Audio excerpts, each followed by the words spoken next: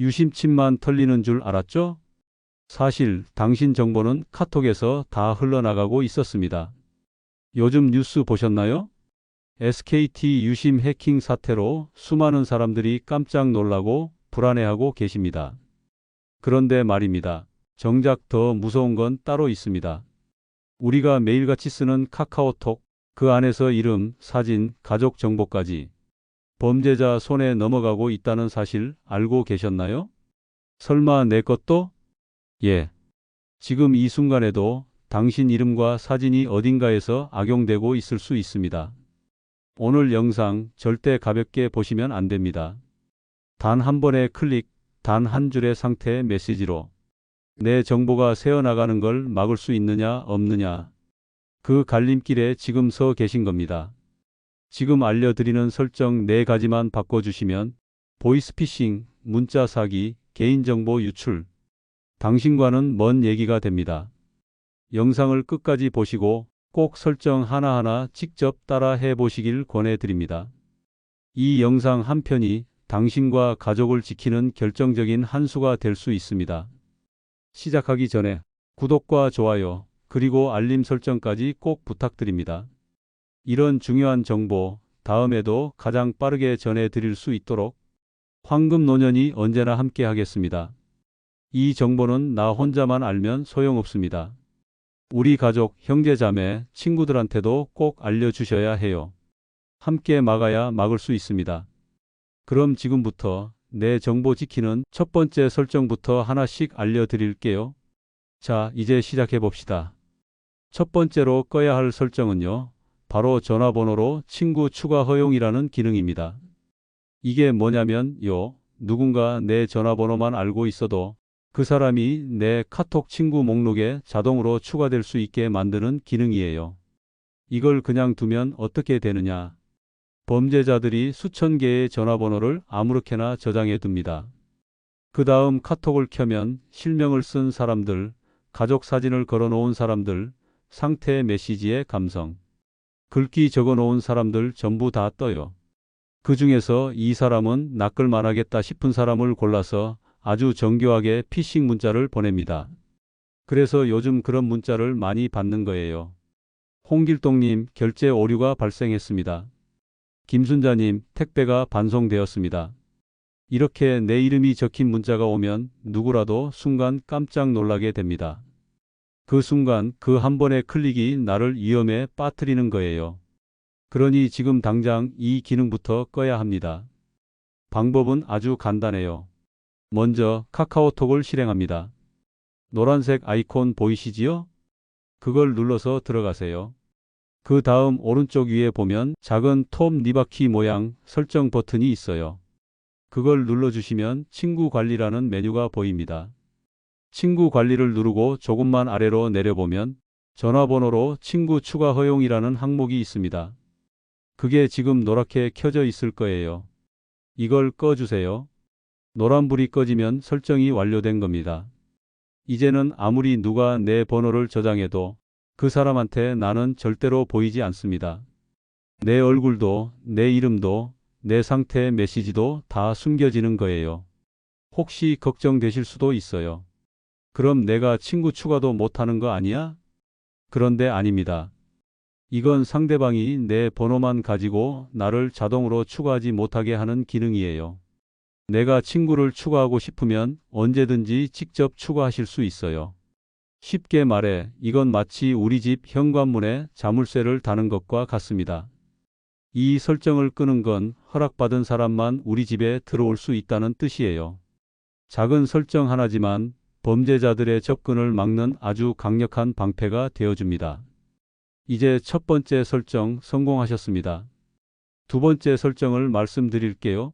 자동 친구 추가 기능 끄기에 대해 이야기 나눠보겠습니다. 자, 이제 두 번째입니다. 이번에도 꼭 꺼야 하는 기능이에요. 이름하여 자동 친구 추가 기능입니다. 이게 뭔가 싶으시죠? 쉽게 말하면 내가 누구의 전화번호를 폰에 저장하면 카톡이 그 사람을 자동으로 친구 목록에 넣어버리는 기능입니다. 그냥 들으면 별거 아닌 것 같지만 이게 얼마나 무서운 기능인지 한번 생각해 보세요. 예전에 택배 한 번 받으려고 기사님 번호 저장했었지요? 보험 상담 받으면서 설계사 번호도 넣었었고요. 그런데 그 번호들 지우지 않았다면 아직도 내 카톡 친구 목록에 그대로 있을 수 있다는 거예요. 그 사람들도 마찬가지입니다. 내 번호를 저장만 해두면 그 사람 카톡에도 내가 친구로 뜨는 거예요. 내 이름, 내 사진, 내 상태의 메시지가 다 보이는 거지요. 그 중에는 잊고 지낸 사람도 있고 아예 기억도 안 나는 사람도 있을 겁니다. 그런데도 내 카톡에 내 사적인 정보가 그렇게 노출되고 있었다면 이제는 막아야 합니다. 설정하는 법 어렵지 않아요. 다시 카카오톡을 실행해 주세요. 오른쪽 위에 있는 톱 니바키 모양 설정 버튼 누르셨지요? 이번에도 친구 관리 메뉴로 들어갑니다. 그러면 맨 위에 바로 뜹니다. 자동 친구 추가라는 항목이 있어요. 지금 아마 노란불이 켜져 있을 겁니다. 그걸 꺼주세요. 불이 꺼지면 성공입니다. 이제는 내가 원치 않는 사람과 자동으로 친구가 되는 일은 없습니다. 혹시 또 걱정하실까봐 말씀드립니다.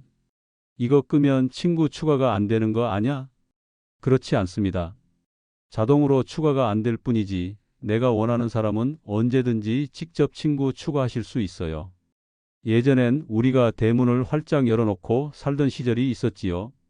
누구든 문 열고 들어오면 어이구 오셨어요 하고 반겼어요.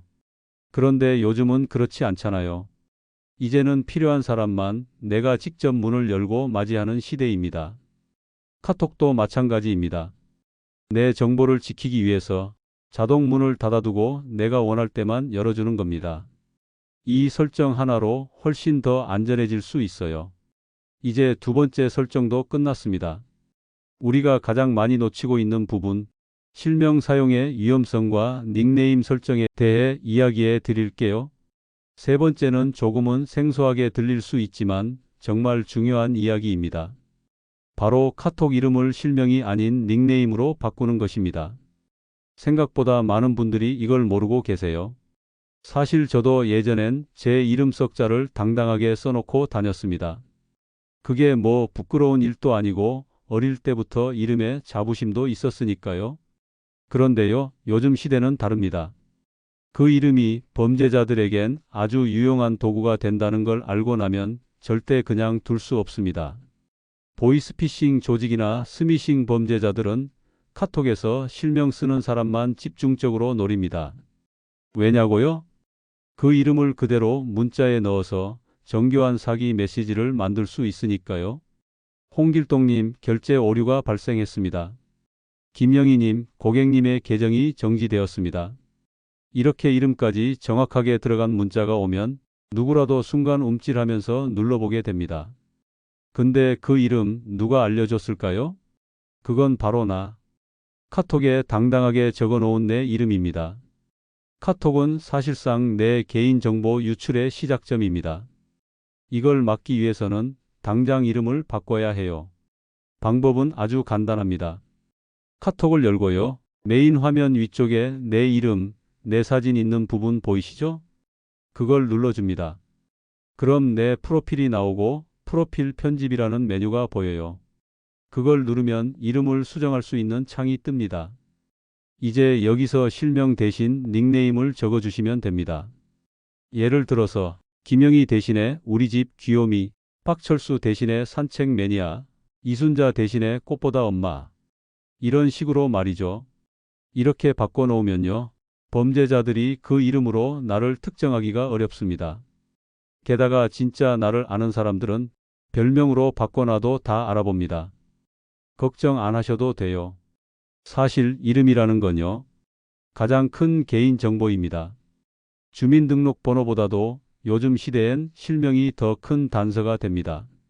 그래서 꼭 별명이나 닉네임으로 바꿔놓으세요. 그게 곧 나와 가족을 지키는 일이니까요. 세 번째 설정도 마쳤습니다. 이제 마지막 하나만 더 하면 됩니다. 정말 쉽고 안전합니다. 자, 이제 마지막입니다. 앞에서 친구 추가를 막는 방법들을 배웠잖아요. 전화번호로도 못 찾게 하고 자동으로도 안 되게 하고 이름도 감춰놨으니 그럼 많은 분들이 이렇게 말씀하시더라고요. 그럼 이제 친구는 어떻게 추가하노? 아무도 못 찾는 거 아냐? 그래서 마지막 네 번째.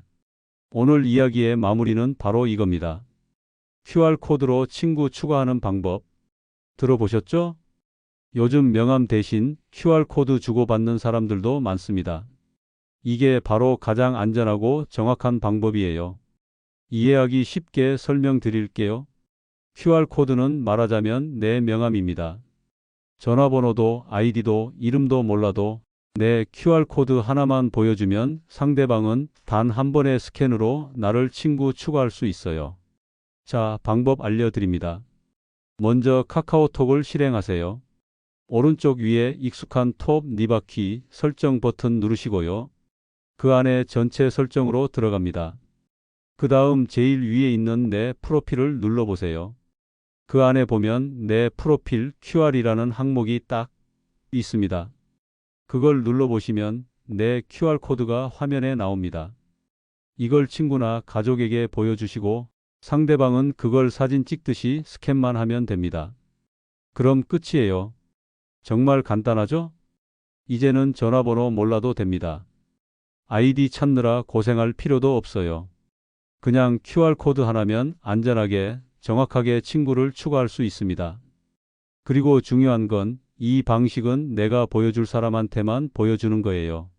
내가 허락하지 않으면 아무도 볼 수 없습니다. 그만큼 안전한 거죠. 이렇게 네 가지 설정만 바꿨을 뿐인데 벌써 마음이 한결 든든해지시지 않으세요? 사실 별거 아닌 것 같아도 이런 게 바로 디지털 문지방입니다. 우리 집 대문도 잠그듯이 이제는 우리 휴대폰도 우리 카카오톡도 잠가야 할 때입니다. 이 네 가지 설정은 나 혼자만 해선 의미가 없습니다. 자녀들, 손주들, 친구들, 형제 자매들한테 꼭 알려주세요. 카톡방에 공유도 하시고요. 우리 모두 함께 지켜야 진짜 안전해지는 겁니다. 오늘 이야기의 핵심을 정리하면서 노년의 디지털 습관이 왜 중요한지 그 이유를 들려드릴게요. 이제 진짜 중요한 이야기로 넘어갑니다. 자, 오늘 이야기 참 별거 아닌 것 같았지만 하나하나 따라오시느라 수고 많으셨습니다. 지금쯤이면 아마 이렇게 생각하실 겁니다. 이걸 내가 왜 이제야 알았을까? 맞습니다. 이 네 가지 설정은 어쩌면 평생 몰라도 되는 줄 알았던 것들입니다. 하지만 지금 시대에는요, 이런 게 곧 나를 지키는 습관이 되어버렸습니다. 예전에는요, 마당에 대문 열어두고도 도둑 걱정 안 했어요. 옆집에서 무 주면 고맙다 하고 받아먹고 누가 문 두드리면 그냥 누구세요? 하고 열어줬습니다. 그게 우리 시절의 정이었고 방식이었죠. 근데 요즘은 어떻습니까? 인터폰으로 얼굴부터 확인하고 택배 기사님도 경비실 통과해야 들어오지요. 세상이 달라졌습니다. 그리고 스마트폰도 마찬가지입니다. 이 작은 기계 하나가 이제는 내 지갑이고 내 앨범이고 심지어 내 일기장이기도 해요. 그 안에 담긴 것들, 사진, 이름, 가족 이야기, 병원 진료 내역까지 모두가 소중한 내 삶의 기록인데 그게 낯선 누군가의 손에 들어간다면 얼마나 무서울까요? 특히 우리 같은 노년 세대는 더더욱 조심해야 합니다. 왜냐? 우린 젊은 사람들처럼 기술에 빠르지 않잖아요. 실수 한 번에 속기 쉽고 문자 하나에 아이고 무슨 일인가 하고 눌러보기도 하지요. 그런 우리를 노리고 있는 사람들이 있습니다. 이름, 전화번호, 사진 하나로 나를 흉내내고 가족인 척, 은행인 척, 공무원인 척 다가옵니다. 그래서 오늘 알려드린 이 설정 네 가지는 단순한 설정이 아닙니다. 내가 내 삶을 지키는 방패이고 내 가족을 지키는 울타리입니다. 그리고 이건 누구나 할 수 있습니다. 아무리 나이가 들어도 내 정보를 지키는 건 내 손으로 할 수 있어요. 지금 이 영상을 보시고 따라 하셨다면 당신은 이미 스스로를 지킬 줄 아는 사람이 된 겁니다. 자, 다음은 우리가 왜 이렇게까지 정보 보호에 신경 써야 하는지 실제 일어난 사례들을 통해 하나씩 짚어보겠습니다. 들어보시면 정말 잘했다고 느끼실 거예요. 몇 해 전 일입니다. 우리 동네에 함께 운동 다니던 이순자 여사님이 계셨어요. 참 부지런하고 말도 예쁘게 하시던 분이었죠. 어느 날 얼굴이 잿빛이 돼서 나타나셨더라고요. 무슨 일인가 했더니 피싱 사기를 당하셨답니다. 처음엔 단순한 문자였대요. 이순자님, 택배가 반송되었습니다. 확인 부탁드립니다. 자기 이름이 문자에 딱 박혀 있으니 안 눌러볼 수가 없었다는 거예요. 그거 하나 눌렀는데 이상한 앱이 설치됐고 그걸로 휴대폰 안에 있는 정보가 다 넘어갔습니다. 통장에 있던 생활비며 자식들 용돈까지 송금되고 나서야 사기를 당했다는 걸 아셨지요. 그 이름이 어디서 나왔겠어요. 카톡 프로필에 적어놓은 이순자 세 글자였습니다.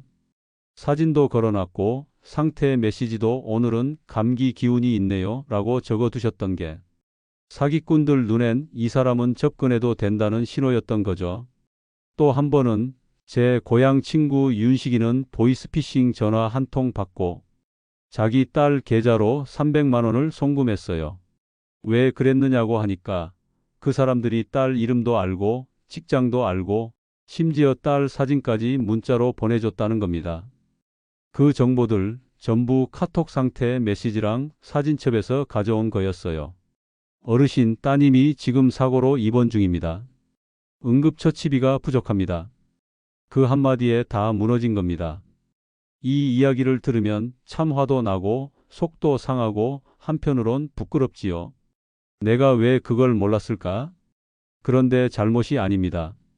정보는 내가 허락한 사람에게만 보여줄 수 있어야 합니다. 그런데 지금 이 시대는 그냥 놔두면 누구나 볼 수 있는 구조로 되어 있다는 게 문제지요. 그래서 우리가 바꿔야 합니다. 작은 설정 하나, 프로필 이름 하나 바꾸는 게 그 사람들한테는 커다란 벽이 됩니다. 벽이 있으면 함부로 넘보지 못합니다. 그리고 우리 같은 어르신들이 벽을 세우면 범죄자들이 더는 만만하게 보지 않게 됩니다. 이런 사기를 막기 위해 우리가 지켜야 할 노년의 디지털 예절과 가족들과 함께 나눠야 할 정보보호 대화법에 대해 이야기해 보겠습니다. 이제 진짜 가족이 함께 지켜야 할 시간입니다. 이제 마지막 이야기입니다. 앞에서는 카톡 보안 설정 방법도 배워봤고 실제로 겪은 피해 사례도 들으셨지요. 그럼 이제는 이런 피해를 막기 위해 우리가 평소 어떻게 디지털 사용을 해야 하는지 그리고 가족들과 어떤 대화를 나눠야 하는지를 말씀드리겠습니다. 먼저 가장 기본적인 건 의심하는 습관입니다. 문자가 오든 전화가 오든 이게 정말 맞는 정보인가? 이 문자를 왜 나한테 보냈을까? 한 번쯤은 의심해 보는 게 우리를 지켜줍니다. 특히 이름이 들어간 문자, 링크가 붙은 메시지, 지금 안 하면 큰일 난다는 식의 급박한 내용은 무조건 한 걸음 물러서서 생각하세요. 절대 먼저 누르지 마시고 혹시라도 걱정되면 자녀나 손주에게 먼저 물어보세요. 얘야, 이런 문자 받았는데 눌러도 되겠니? 그 한마디가 큰 피해를 막아줍니다. 그리고 가족들과도 대화를 많이 하셔야 해요. 나는 요즘 이런 게 어렵다. 무슨 문자나 전화가 오면 꼭 너희한테 먼저 물어볼게. 이렇게 솔직하게 말하는 게 진짜 중요합니다. 자식들은요, 부모님이 속지 않을까 봐 항상 걱정합니다. 하지만 부모가 먼저 말하지 않으면 자식도 뭘 어떻게 도와줘야 할지 모릅니다. 그러니 가족 카톡방에 이 영상을 공유하면서 이렇게 말씀해 보세요. 나도 이제는 내 정보는 내가 지키려고 한다. 그런데 혹시 모를 일 있으니까 앞으로 이상한 거 오면 너희한테 꼭 물을게. 그 말 한마디면 자식들도 안심하고 우린 도움을 받을 수 있는 든든한 버팀목을 갖게 되는 거지요. 또 한 가지, 주변 어르신들끼리도 정보 나누셔야 합니다. 요즘 이런 문자 조심해야 하더라. 이 설정하면 내 사진 안 뜬다더라. 이런 말 한마디가 이웃 한 사람의 피해를 막아줄 수 있습니다. 우리는 지금 스마트폰을 처음 접한 첫 세대입니다. 처음엔 라디오도 어렵고 텔레비전도 낯설었지만 결국 익숙해졌지요. 스마트폰도 마찬가지입니다. 처음엔 낯설고 어렵지만 이렇게 하나씩 배우고 지키고 나누다 보면 우린 충분히 안전하고 똑똑하게 쓸 수 있습니다. 오늘 이야기의 핵심을 정리하면서 내 정보는 내 손으로 지킬 수 있다는 자존감의 회복에 대해 말씀드릴게요. 오늘 하루 참 잘 따라오셨습니다. 처음엔 어렵게 느껴졌을 수도 있어요. 카톡 설정이니 QR코드니 이런 말들만 들어도 머리가 복잡해지는 게 사실이지요. 그런데도 이렇게 한 페이지 한 단계씩 따라오신 여러분 정말 대단하신 겁니다. 우리가 흔히 나이 들면 아무것도 못한다고 생각하지만요. 그건 틀린 말입니다. 배우면 됩니다. 그리고 배운 걸 내 것으로 만들면 그게 바로 자존감이 됩니다. 그래, 이건 내가 내 손으로 설정한 거야. 이제 내 이름, 내 사진, 내 번호는 아무나 못 본다. 그렇게 말할 수 있다는 것 얼마나 든든하고 자랑스러운 일입니까? 누군가는 그럽니다. 이 나이에 뭘 배워? 그냥 애들한테 맡기지. 하지만 저는 그렇게 생각하지 않습니다. 이 나이니까 더 배워야 합니다. 왜냐면 우리가 살아온 인생이 헛되지 않으려면 앞으로 남은 삶도 내 손으로 지켜야 하니까요. 스마트폰 하나만 잘 다뤄도 자식 얼굴도 보고 손주랑도 영상 통화하고 좋은 정보도 보고 이렇게 나를 지키는 설정도 할 수 있습니다. 이게 바로 노년의 스마트한 삶입니다. 그리고 그 중심엔 내가 할 수 있다는 믿음이 있어야 해요. 오늘 따라해 보셨죠? 그렇다면 당신은 지금 단순히 설정을 바꾼 것이 아니라 당신의 일상을 지키고 가족을 지키고 내 삶의 주도권을 되찾은 것입니다. 작은 변화 하나가 큰 차이를 만듭니다. 한 번의 설정, 한 번의 점검, 한 번의 의심이 수백, 수천만 원의 피해를 막고 불안한 마음을 안심으로 바꿔줍니다. 오늘 이야기의 마무리를 지으며 우리 황금노년 세대가 가져야 할 정보를 지키는 철학에 대해 짧고 강하게 마음에 새겨 드릴게요. 함께 마지막까지 가보시지요. 자, 이제 여기까지 오셨습니다. 처음부터 끝까지 따라와 주신 분들 정말 수고 많으셨고 스스로에게 큰 박수를 보내셔도 됩니다. 오늘 우리가 한 건 단순한 설정 몇 가지가 아닙니다. 내 이름을 지키는 일이었고 내 가족을 지키는 방법이었고 무엇보다 내 삶의 존엄을 지키는 선택이었습니다. 우리는 오랫동안 나는 모르니까 그냥 애들한테 맡기자고 생각해 왔습니다. 하지만 이제는 다릅니다. 이제는 우리가 먼저 배워서 아이들에게 엄마는, 아버지는 이 정도는 다 할 줄 안다라고 말할 수 있어야 해요. 그게 바로 진짜 멋진 노년입니다. 자식에게 짐이 되지 않기 위해 애쓰는 것도 중요하지만 자식에게 든든한 어른으로 서 있는 건 더 큰 힘이 됩니다. 그리고 꼭 기억하세요. 이 영상은 나만 보면 안 됩니다. 우리 집 단톡방, 형제 자매 카톡방, 동네 친구들 단톡방에도 꼭 보내주세요. 야, 이거 진짜 필요하더라. 우리 다 같이 해놓자. 이 한마디면 됩니다. 범죄는 점점 똑똑해지는데 우리가 모르면 당하는 겁니다. 하지만 우리가 똑똑해지면 그들이 더는 우리를 건드릴 수 없습니다. 마지막으로 오늘 이 영상이 도움이 되셨다면 구독과 좋아요 그리고 알림 설정 꼭 부탁드리겠습니다. 이런 정보 더 자주 더 쉽게 전해드릴 수 있도록 황금노년이 계속해서 함께 하겠습니다. 지금 이 순간에도 어딘가에서 누군가는 속고 있을지 모릅니다. 하지만 우리는 오늘부터는 절대 속지 않을 겁니다. 황금노년이었습니다. 건강하시고 늘 지혜로운 하루 되시길 바랍니다. 감사합니다.